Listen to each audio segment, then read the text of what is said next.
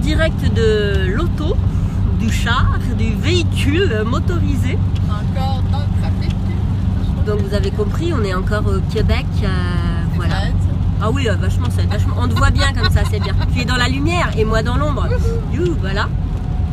Donc on voulait aborder un sujet assez primordial pour beaucoup de personnes qui veulent sauver le monde, changer le monde, transformer le monde, adoucir le monde et qui sont en mission pour faire ça. On voulait parler de la confiance en soi et de pourquoi il y en a qui ont confiance et comment se fait-il que certains n'aient pas confiance et peut-être vous-même ou toi-même si je te tutoie, peut-être que toi tu n'as pas confiance en toi. Et donc maintenant, je vais demander à notre experte spécialiste de la poutine de nous donner quelques indications. En fait, moi j'ai l'impression que tout le monde a un niveau de confiance en soi, mais pas dans tout. On n'a pas de confiance chacune dans les mêmes sphères de notre vie.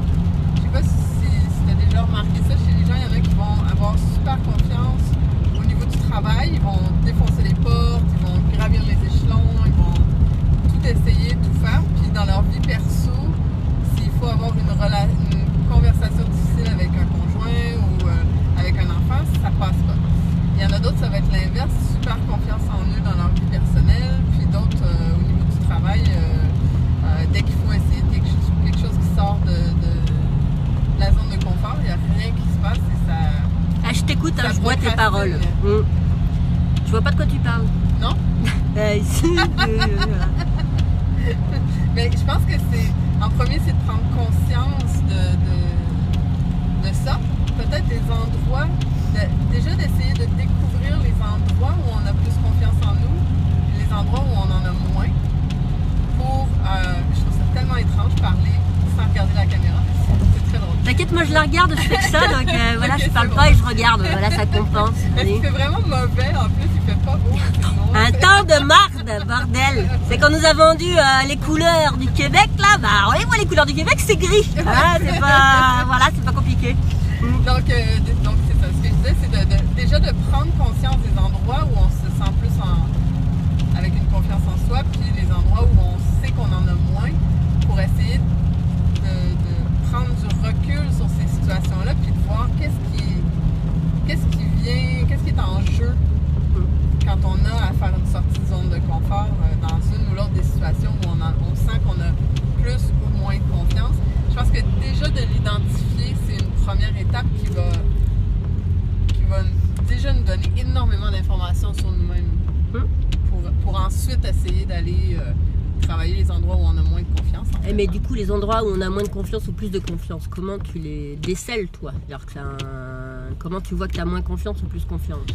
Ben, moi, il y a vraiment des choses que, quand je parle d'Adorable Rebelle, je veux dire, il y a des choses que j'ai un je m'en foutisme extrême. Exemple, pour moi, tester une offre sur Internet et voir si ça va fonctionner et que finalement, ça fonctionne pas, c'est quelque chose, moi, qui me pose aucun stress. C'est pas que je suis contente si ça fonctionne pas, mais j'ai comme une... T'as pas d'attente. Ouais, mais je sais pas si c'est de la confiance ou du je m'en fous. Tu sais, je suis rendue à un niveau où je me dis, je sais que c'est pas grave, je sais que ce qui va arriver de l'autre côté peut pas me faire mal ou peut pas...